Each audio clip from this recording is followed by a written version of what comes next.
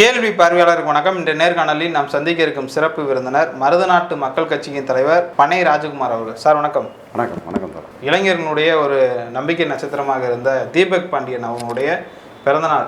இந்த தீபக் பாண்டியன் அவங்களுடைய பிறந்தநாளில் கடந்த காலங்களில் தேவேந்திர வேளாளர் சமூகத்துக்காக போராடின பல்வேறு தலைவர்கள் படுகொலை செய்யப்பட்டிருக்காங்க. அது தியாகி இமானுவேல் தொடங்கி பசுபதி பாண்டியன், இன்னும் ராமர் பாண்டியன் போன்ற பல்வேறு தலைவர்களை சொல்ல முடியும். இந்த தீபக் பாண்டியன் அவங்களுடைய பிறந்தநாளில் இளைஞர்களுக்கு, அடுத்த தலைமுறை இளைஞர்களுக்கு என்ன செய்தி சொல்ல விரும்புகிறீங்க சார்? முதல்ல நான் தேவேந்திர வேளாளர் சமூகத்தினுடைய ஒரு அரசியல் எழுச்சியாகத்தான் நம்முடைய தீபக் பாண்டியனை நான் பார்க்குறேன். ஏன் அப்படி பார்க்குறேன்னா, கிராமங்களில் இந்த ஒடுக்கப்பட்ட மக்கள் அதிகமாக இருக்கக்கூடிய பகுதியில் சாதி ஆதிக்கத்தோடு இருக்கக்கூடிய மக்கள் மத்தியில் இந்த மக்கள் அன்றாட வாழ்க்கையை நடத்துகிறதே பெரிய போராட்டமாக இன்றளவும் இருக்குது. அப்படிப்பட்ட கால சூழலில் அந்த ஒடுக்குமுறையை கண்டும் காணாமல் எத்தனையோ பேர் கடந்து போயிடுறாங்க. அதெல்லாம் பொறுத்துக்க முடியாமல், அப்படி கண்டும் காணாமல் கடந்து போக முடியாமல் சில பேர் நிற்கிறாங்க. அப்படி நின்ற ஒரு போராளியை தான் தம்பி தீபக் ராஜாவை பார்க்குறோம். ஏன் அப்படி சொல்கிறேன்னா, தீபக் ராஜா ஒரு படித்த பட்டதாரி. இந்த சமூக மக்கள் கிடக்கக்கூடிய அநீதியை எதிர்த்து களத்தில் நின்று ஆயுதமேந்தி போராடக்கூடிய நிலைக்கு தள்ளப்படுகிறாரு. அப்படி தள்ளப்பட்ட அந்த தீபக் ராஜா அவர்கள் பல்வேறு வழக்குகளெல்லாம் அவர் மீது இந்த சமூகத்துக்காக தன்னை அர்ப்பணிக்கக்கூடிய ஒரு போராளியாக நம்ம அந்த மண்ணில் பார்த்துருக்குறோம்.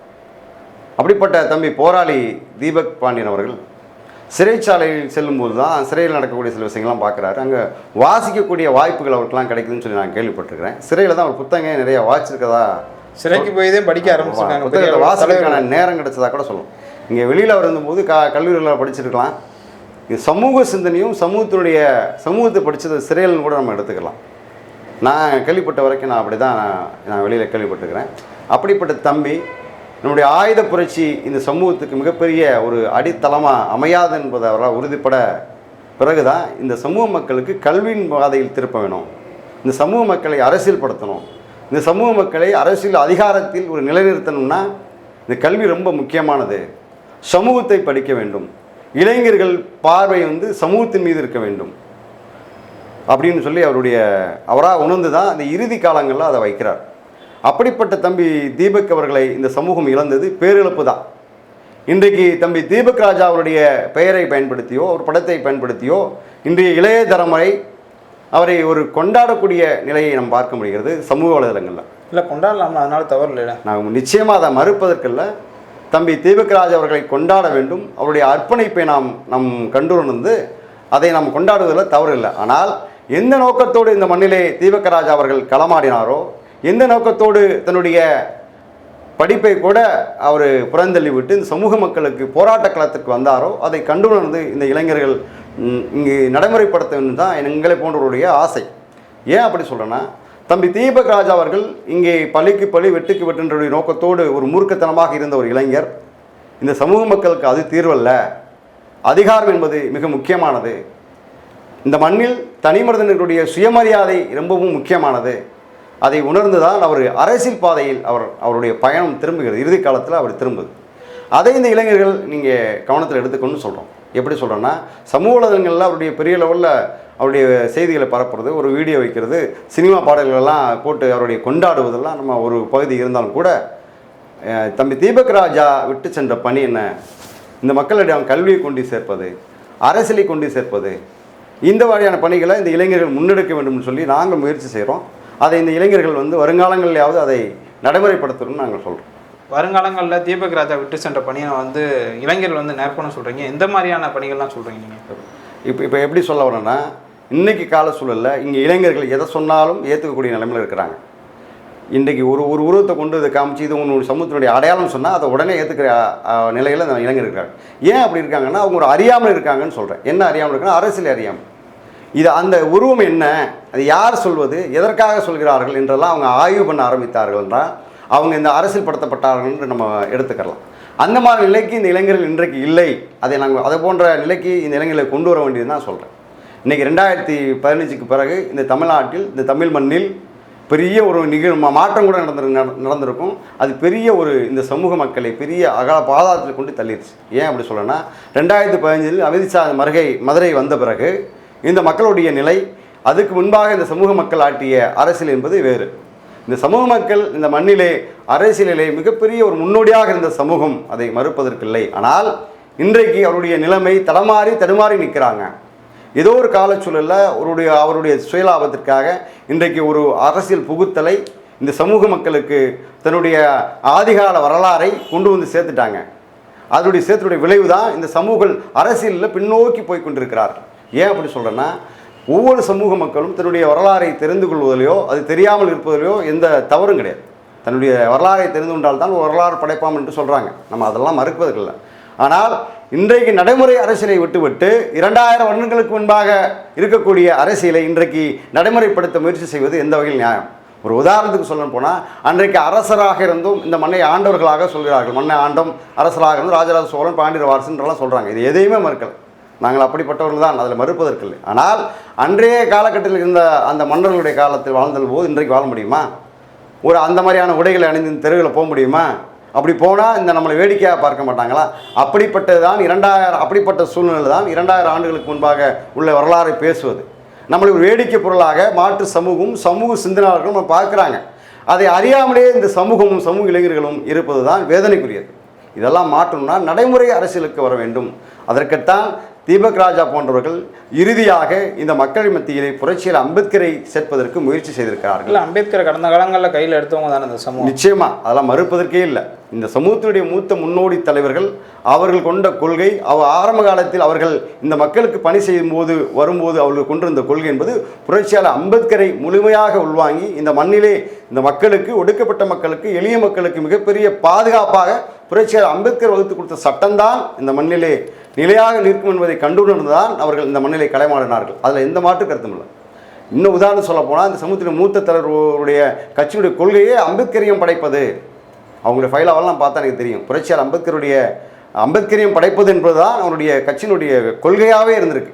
அப்படிப்பட்ட தலைவர்கள் ஒவ்வொரு காலச்சூழலிலும் தன்னுடைய சுயலாபத்திற்கு என்னுடைய நோக்கத்திற்காக தன்னை மாற்றிக்கொள்கிறார்கள் என்று தெரியவில்லை. எங்களை போன்ற பொறுத்தவரை அவர்களுடைய சுயலாபம் என்று தான் நாங்கள் மீண்டும் அவங்க அம்பேத்கரை பயன்படுத்தலாம் தற்போது தொடங்கிட்டாங்களா? பல்வேறு பகுதிகளில் அம்பேத்கர் மீண்டும் இந்த தடுமாற்றத்திற்கு என்ன காரணம் தான் நாங்கள் கேட்குறோம். நீங்கள் நிலையாக நிற்காமல் ஒரு கட்டத்தில் உங்களுடைய ஒரு லாபத்திற்காக நீங்கள் தலைமாறி கொள்கைகளை மாற்றிக்கொள்வதும், இன்றைக்கு மறுபடியும் அதே கொள்கைக்கு நாங்கள் நிற்க போகிறோம் என்று சொல்கிறதும் இந்த தடுமாற்றம் ஏன்னு தான் சொல்கிறோம். இன்றைக்கு நம்ம சமூகத்துடைய மூத்த தலைவர்கள் நாங்கள் குறை சொல்கிற அளவுக்கு நாங்கள் அவங்க குறை சொல்ல வரல. இந்த சமூகத்துடைய மிகப்பெரிய ஆலமரம் போன்றவர்கள் அதை மறுப்பதற்கில்லை. அதில் கிளைகள் தான் எங்களை போன்றவர்கள். இன்றைக்கு அந்த ஆலமரம் போன்று நிற்கக்கூடிய சமூக தலைவர் கூட இன்றைக்கி ஏ அணி பி அணின்னு சொல்லி அமைப்பு வந்துருச்சு, நீங்கள் அதிலெல்லாம் போய் இணைகிறதுனால தான் இங்கே சிதறிப்பி கிடக்கிறோம்னு அவங்களே பேசக்கூடிய நிலைமை. இன்றைக்கி லற்றிப்பட்டு கட்சிகள்லாம் இந்த மண்ணில் வந்துருச்சு அப்படின்னு சொல்லி நீங்களே இன்றைக்கி பேசக்கூடிய நிலைமை. இங்கே ஆக சிறந்த தலைவர்கள் நீங்கள் சரியாக இருந்திருந்தால் இது போன்ற அமைப்புகளும் இது போன்ற ஏ டீம் பி டீம் வர்றதுக்கான வாய்ப்புகள் குறைந்திருக்கும். சமகாலத்தில் இந்த மண்ணிலே களமாடிய ஆக சிறந்த ஒடுக்கப்பட்ட மக்களுடைய தலைவர்கள் இன்றைக்கி அங்கீகாரம் பெறக்கூடிய நிலைமை இருக்கிறார்கள். இன்றைக்கு அந்த நிலைக்கு இருக்கக்கூடிய சமூகம் இன்றைக்கி ஏன் அரசியல் அவ்வளோ பின்தங்கி இருக்கிறது?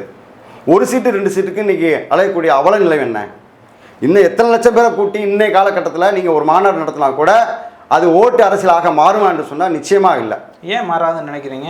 நீங்கள் அடிப்படையே சரியில்லையே. அடிப்படை கட்டமைப்பு இல்லாமல் எப்படி வாக்கு வங்கியாக மாறுவாங்க? அப்போ அவங்க கிளை செட்டப்பில் இல்லாமல் ஒரு சமூகமாக திரட்டுறாங்க, சமூகமாக இருக்கிறாங்க. இன்றைக்கு என் தலைவர் ஒரு மாநாட்டுக்கு எங்களை அழைச்சிட்டாரு, என்னுடைய கடமையை போய் நாங்கள் ஆடிட்டு வரணும் நிலைமையில் தான் அந்த கூட்டம் கூட்டுறாங்களே தவிர, இது என் கொள்கை சார்ந்த தலைமை, இது என்னுடைய கட்சி, இந்த கட்சியினுடைய கிளை செயலாளர் நான், இந்த கட்சியினுடைய நிர்வாகி நான், இந்த கட்சியினுடைய பொறுப்பாளர் நான், இந்த கட்சியினுடைய அடுத்த கட்ட தலைமை நான் என்று உணர்ந்து அவர்கள் அந்த கூட்டம் கூடலை.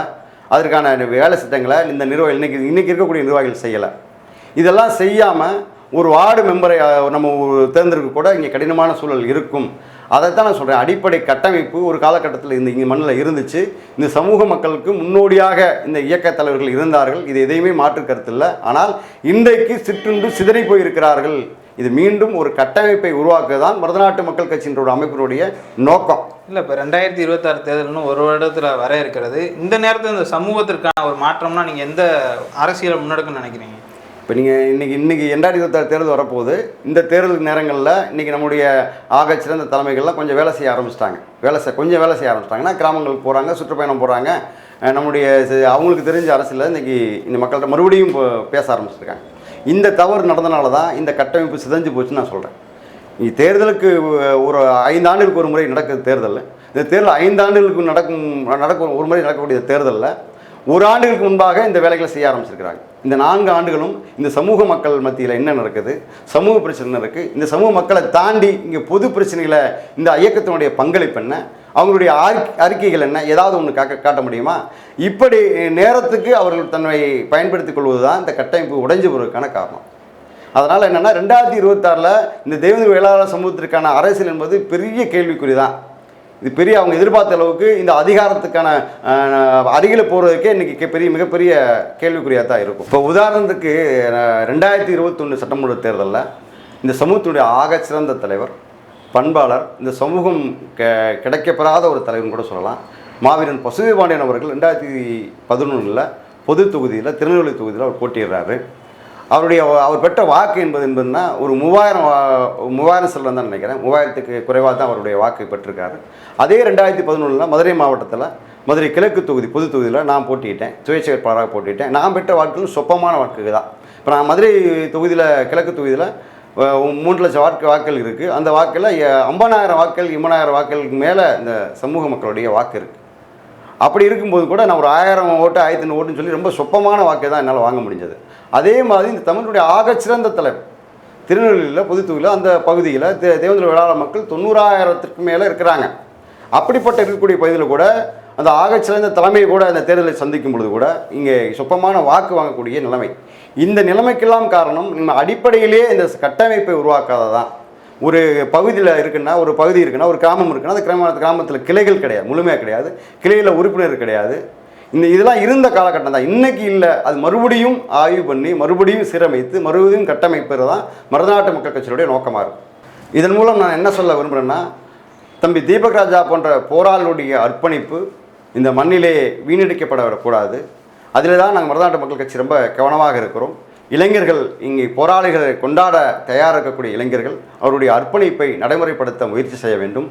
இந்த மண்ணிலே தொடர்ச்சியாக களமாடி மாண்டு போகக்கூடிய போராளிகளுடைய அர்ப்பணிப்பு வீணடிக்கப்பட வரக்கூடாது என்பதிலே மருதநாட்டு மக்கள் கட்சி உறுதியாக இருக்கிறது. அதற்கான பணியை நாங்கள் மேற்கொண்டு வருகிறோம். நன்றி தோழர், நன்றி.